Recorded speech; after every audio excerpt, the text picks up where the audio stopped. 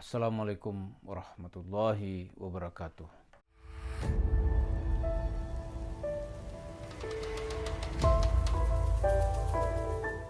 Para pemirsa, itu kalau kita lihat dari komentar netizen dari atas video yang kita upload di Romuso channel ini, ada yang bertanya kapan itu Yusuf Mansur mau dibui gitu. Ada lagi yang bertanya kapan itu Yusuf Mansur mau ditangkap polisi gitu. Bahkan ada yang sudah pesimis gitu. Udahlah ngomong doang buat apa gitu. Sebenarnya ini akan kita ulas dalam video pendek ini. Ke depan Yusuf Mansur tuh akan seperti apa gitu. Kita lihat dalam 2-3 tahun terakhir sebenarnya Yusuf Mansur itu sudah mulai atau terus menerus nyungsep. Dia nggak mungkin itu untuk naik lagi, itu susah, itu nggak bisa itu. Kalau tahun 2018 itu cantelan apanya masih ada dia. 18, 19 itu kan. 20. Setelah itu dia mulai turun gitu popularitasnya. Itu setelah banyak YouTuber mengkritisi, bahkan membuka segala sesuatu tentang Yusuf Mansur. Jadi itu kita lihat sekarang ini hampir nggak ada itu orang yang berpikiran positif kepada Yusuf Mansur. Saya telah lebih dari 20 orang anggota DPR saya tanyain itu, semuanya sinis dia melihatnya. Sinis. Ketika saya kasih buku seperti saya ceritakan, ini yang jual-jual agama dengan nipu itu kan, gitu. Iya, saya bilang. Jadi begitu cara orang melihatnya. Lalu ketika orang sinis melihat, hampir tidak ada sekarang ini orang yang mau mengundang Yusuf Mansur untuk berceramah. Ini kita lihat, hampir nggak ada. Dia mau tampil di mana? Nggak pernah lagi kita dengar. Kalau dulu itu kan wah sekali. Masjid Istiqlal itu seolah-olah dia sudah menjadi Syekhun Kabir. Walaupun ceritanya itu ya cerita halu-halu. Tapi kita saat itu tuh tidak ada orang yang berani mengkritik Yusuf Mansur.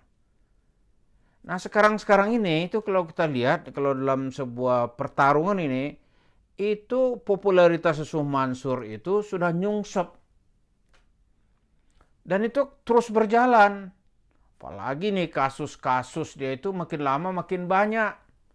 Pengadilan ini belum selesai, di sini dituntut, ini menggugat, di sini mengkritik, sini kasus moralnya muncul, ada Ibu Ana, ada ibu mana lagi gitu. Dan itu pukulan buat dia itu berat. Datang Iqbal itu maling, itu tuh rampok itu gitu. Ya kan? Oh enggak bisa Yusuf Mansur mengelak gitu. Nah ini kita lihat lagi dalam sebulan ke depan ini kan dia ikut partai itu. Saya wawancara, lihat kan ikut juga, kita lihat di dapil dia di Jakarta 1 lah ya, meliputi Jakarta Timur. Kan kita lihat itu nggak ada tuh orang yang kepingin milih dia. Bahkan dalam survei Kompas terakhir, yang disurvei ini kan bulan Januari ya, sudah lebih pertengahan Januari. Tidak berapa lama lagi, ya tanggal 14 Februari, orang akan menentukan hak pilihnya. Itu Yusuf Mansur kira-kira terpilih nggak? Gitu. Walaupun hasilnya belum diketahui, tapi seperti cerita orang nih, kalau awan itu tebal itu kemungkinan ada hujan, gitu. Ya kan? Tapi kalau terang benderang mungkin akan panas. Nah, Yusuf Mansur ini itu partainya itu paling yang disurvei Kompas itu termasuk partai yang akan nyunsep nanti. Karena 1 bulan sebelum pertandingan itu elektabilitas partainya hanya 1,7%. Tahun 2019 Partai Perindo itu lebih baik daripada sekarang ini.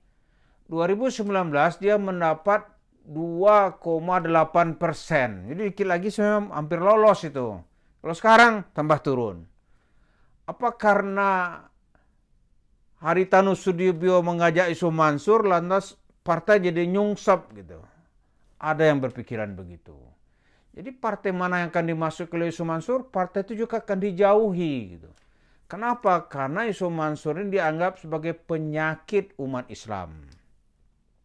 Itu kemenangan situasi yang kita lihat gitu. Lalu kenapa dia belum di pengadilan misalnya?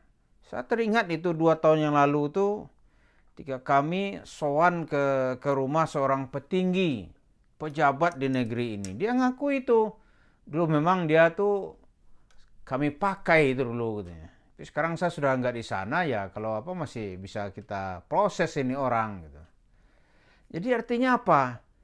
Setelah pemilu 2024 ini, itu Yusuf Mansur itu bukan akan terbang gitu, tapi akan nyungsep gitu. Jadi cantelan politiknya pun akan kalah.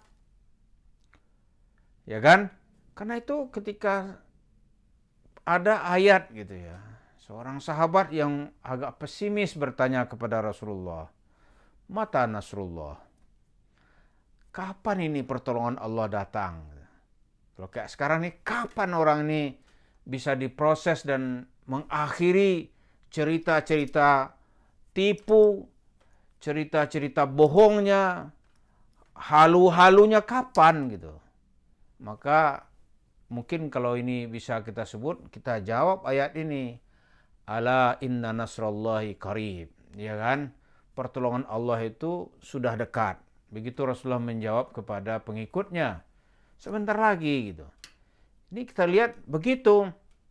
Jadi kalau dari tahun 2005 itu Yusuf Mansur tuh naik terus gitu.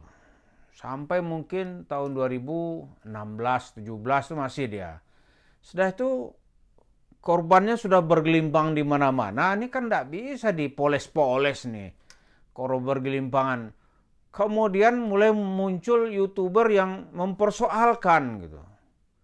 Dulu dia cerita Nabi sesuka-sukanya aja. Nabi ikut di belakang sepeda motornya lah. Lantas kita takut buang sampah. Apa urusannya ini? Apa urusan? Jadi persoalan Yusuf Mansur ini ke depan dia bukan makin membaik, tapi dia akan makin runyam. Makin runyam dia. Lihat aja nanti setelah pemilu 2024 ini. Kalau di sisi survei kan makin menyusut. Partai mana yang dia masuki, partai itu pun ikut nyungsap dibikinnya. Ya kalau kita pikir ya salah sendiri ya. Kenapa ngajak manusia berpenyakit masuk ke dalam dirinya? Sakitlah semuanya gitu. Kemudian kita lihat lagi Yusuf Mansur mencoba membangun image, bagi-bagi sembako, ya kan? Enggak ada orang datang. Karena kasus banyak sekali ya, kasus sembako itu dengan grupnya gitu. Itu perusahaan di bawah atau saudara kandungnya Haritanu Sudibyo yang bernama Rudi Tanu Sudibyo. Itu kan pemeriksaannya belum selesai sampai sekarang. Dia diproses oleh KPK, dituduh menyelewengkan paket bansos, ya kan? Malah akan dituduhkan sebagai penjahat kemanusiaan. Kita nggak tahu apa paket-paket itu nanti yang dia bagikan, minyak goreng gitu kan, beras, padahal nggak dia beli gitu. Itu uang negara yang sekarang sedang dipersoalkan oleh KPK. Dia nggak mau rugi sedikit pun ini. Karena itu hampir kita lihat ya. Kalau 1 bulan sebelum itu nggak ada persiapan, lantas mau menang gitu. Orang bertarung habis-habisnya belum tentu menang, ini nggak ada persiapan. Dan dia nggak siap gitu. Nggak ada balihonya. Takut dia untuk turun. Kalau dia sosialisasi, dia takut disergap masyarakat gitu. Jadi susah dia itu. Jadi para pemirsa kita sabar aja, kita lihat proses ini alamiah gitu. Itu step demi step Yusuf Mansur itu sudah dikunci oleh keadaan. Dia mau cari duit di masjid, oh susah dia sekarang nih. Kalau ada yang berani dengan pengurus-pengurus masjidnya akan kita bawa dalam satu paket. Nggak ada. Mana dia mau lari sekarang nih? Nggak bisa. Jadi Kalimantan selama ini kan sasaran dia itu. Sekarang orang mulai terbuka gitu. Jadi habis pemilu masa depan Yusuf Mansur ini akan semakin susah gitu. Kita nggak tahu nanti. Kalau sebelumnya faktor yang menguntungkan dia lengket bersama kekuasaan. Sekarang faktor yang tidak menguntungkan dia, partai yang dia tumpangi tidak bersama partai yang akan menang di dalam politik kekuasaan. Jadi berat dia. Kalau partainya kalah, wah udahlah, dia makin tidak berdaya. Inilah kesempatan, siapa yang ada masalah, kemukakan semuanya. Itu yang disebut oleh Habib Rizik, ada waktunya katanya. Ini semua pengaduan orang tua akan ditampung nanti. Jadi, para pemirsa, kita ikuti ini dengan sabar. Sebentar lagi Allah akan membuktikan bahwa orang-orang yang menyelewengkan agamanya untuk tujuan selain untuk kemuliaan Islam akan menerima bagiannya. Terima kasih. Assalamualaikum warahmatullahi wabarakatuh.